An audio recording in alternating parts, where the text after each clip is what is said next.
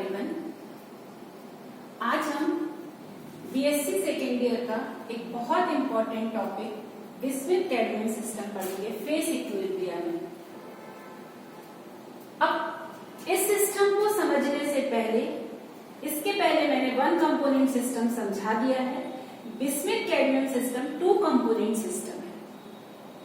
To component system के लिए कुछ चीजें समझना इसलिए जरूरी है क्योंकि टू कंपोनेंट सिस्टम में कंडेंस फेस रूल अप्लाई होता है। इसके पहले जो हम फेस रूल अप्लाई करते थे वो था F equals to C minus P plus 2।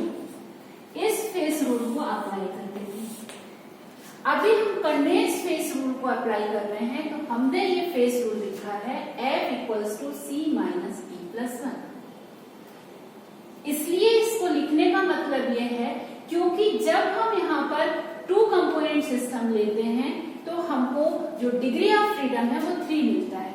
हम 3 डिग्री ऑफ फ्रीडम को लेकर सिस्टम को डिफाइन नहीं कर सकते, इसलिए हम क्या करते हैं, कोई दो ही कंपोनेंट को लेकर, दो ही वेरिएबल को लेकर फेस डायग्राम को प्लॉट कर सकते हैं। इन दो कंपोनेंट में पीटी, पीसी और टीसी हो सकते हैं, मतलब कि pressure temperature, pressure composition, temperature composition.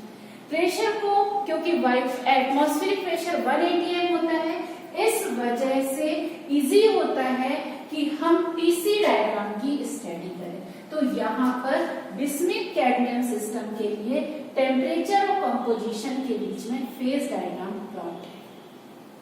इसकी स्टडी हम थोड़े से कुछ मिनट के बाद करेंगे। उसके पहले कुछ इंपॉर्टेंट चीजें बता रही हूँ, वो इंपॉर्टेंट है। तो यहाँ एक चीज तो आपको समझ में आ गई कि हम कंडेंस फेस रूल अप्लाई करेंगे, जिसमें F equals to C minus P plus 1 होगा। अब ये क्यों होगा वो भी मैंने बता दिया, लेकिन टू कंपोनेंट सिस्टम में टू टाइप के सिस्टम होते हैं, टाइप ए और टाइप बी। टाइप ए जो होते हैं वो होते हैं यूटेक्टिक मिक्सचर।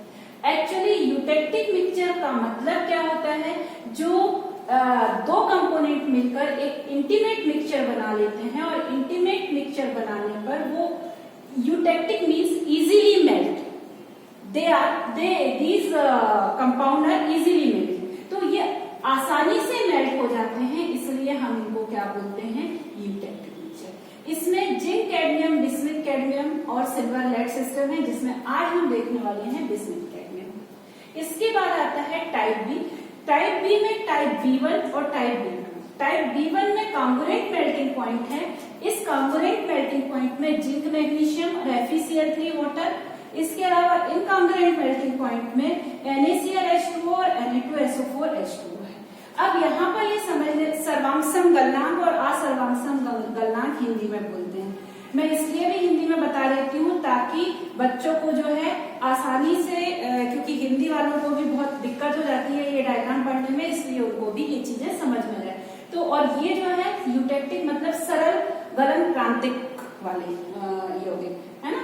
तो अब सर्वांगसम गलनांक का मतलब है कि जब दो कंपोनेंट मिलते हैं तो दो कंपोनेंट मिलकर एक कोई सॉलिड कंपाउंड बना लेते हैं, और सॉलिड कंपाउंड और लिक्विड दोनों का जो कंपोजिशन है वो कंपोजिशन कैसा होता है, सेम होता है। मतलब जब दो कंपोनेंट मिलते हैं तो एक सॉलिड कंपाउंड ऑब्टेन होता है।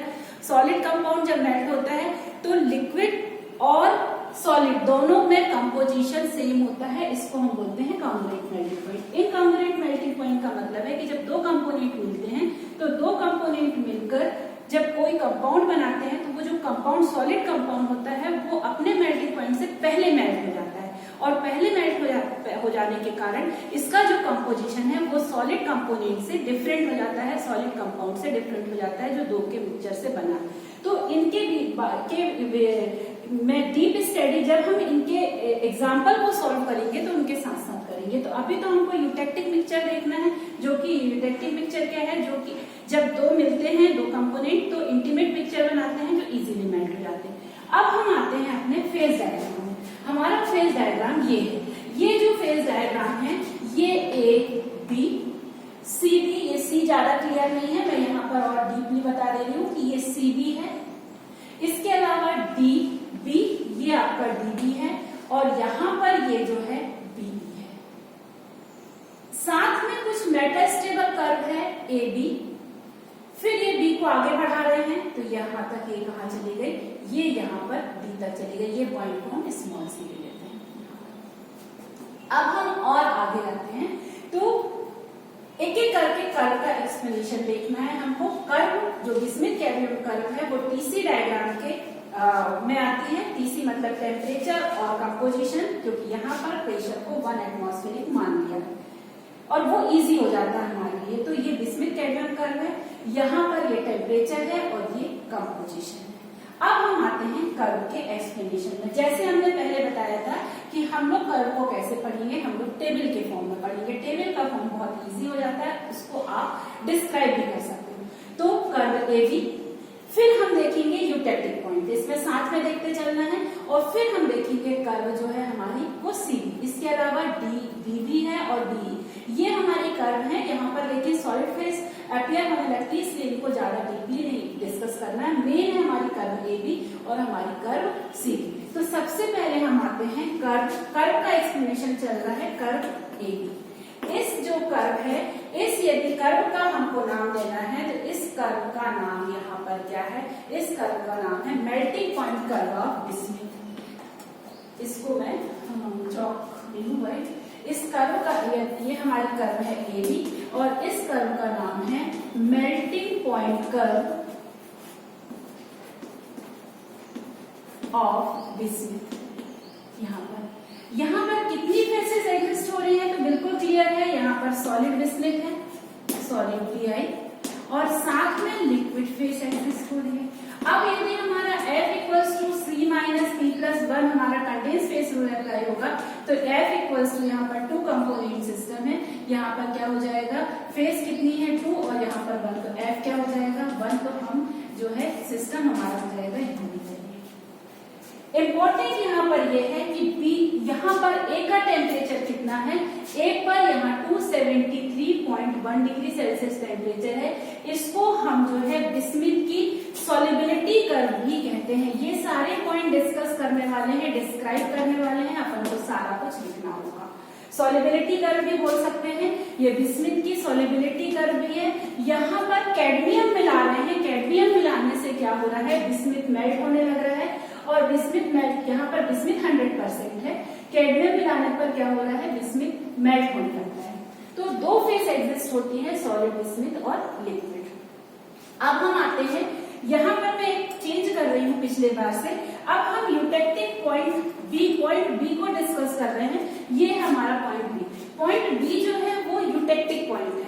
इस पॉइंट पर मैंने पहले भी बताया था, हमेशा पॉइंट का टेम्परेचर लिखना होता है। तो इस पॉइंट का टेम्परेचर हमारा क्या है, इसका टेम्परेचर है 140 डिग्री सेल्सियस। ये हमारे इस पॉइंट का नाम क्या है, इस पॉइंट का नाम है यूटेक्टिक पॉइंट। अभी बता दिया है यूटेक्टिक पॉइंट क्या है। यूटेक्टिक मिक्सचर जो होते हैं, 2 कंपोनेंट मिलकर इंटीमेट मिक्सचर बनाते हैं, easily melting, they are easily melt, जो जल्दी मेल्ट हो जाते हैं, जो जल्दी गल जाते हैं। इस पर हमारे को 3 फेसेस मिलेंगी। यहाँ पर 3 फेसेस होगी, सॉलिड बिस्मिथ, सॉलिड सीडी और साथ में हमारा क्या होगा, लिक्विड। अब यदि हम इसमें रख दें तो हमको F इक्वल्स टू यहाँ पर क्या हो जाएगा, कंपोनेंट 2 है, -3 + 1 कितना आ जाएगा, ये 0 सिस्टम क्या हो जाएगा, नॉन वेरिएंट। तो जब हमारा यूटेक्टिक पॉइंट है, इस यूटेक्टिक पॉइंट पर हमारा सिस्टम क्या हो जाएगा, नॉन वेरिएंट, क्योंकि डिग्री ऑफ फ्रीडम 0 जाता है। इसके बाद हमारा कर्व आता है, आप इसको कॉपी कर लो या आपको जितना भी आपको नोट करना है आप नोट कर लो अपनी लैंग्वेज में। इसके बाद हम आगे बढ़ेंगे। इसके बाद हमारा जो कर्व आता है वो कर्व है, इसके बाद जो हमारा कर्व है वो कर्व है सीवी।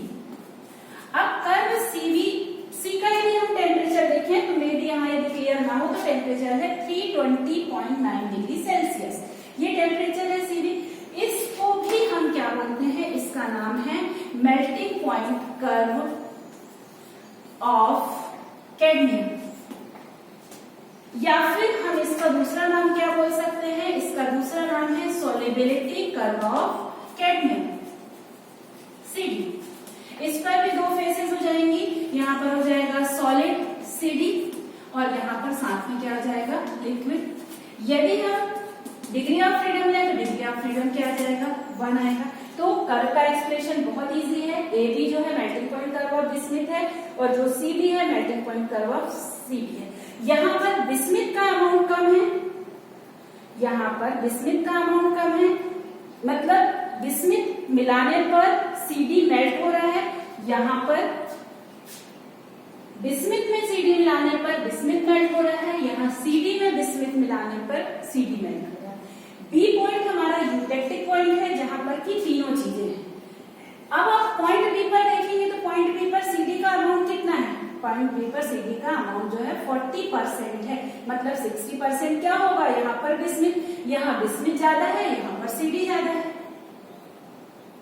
ये बिल्कुल क्लियर होगा। इसके अलावा दो और जो कर्व है डीई, यदि हम देखें तो बीडी और डीई, ये जो हमारी कर्व हैं, ये इनको मैं, यदि ये कॉपी हो गया है तो मैं यहीं पर नोट कर ले रही हूँ या फिर मैं इसको एक्सप्लेन कर रही हूँ, क्योंकि ये कर्व सिर्फ सिंपल है बताने के लिए कि ये जो कर्व बीडी है और कर्व डीई है, यहाँ पर टेम्परेचर जैसे जैसे डाउन होता है वैसे वैसे सॉलिडिफिकेशन ज्यादा होता जाता है।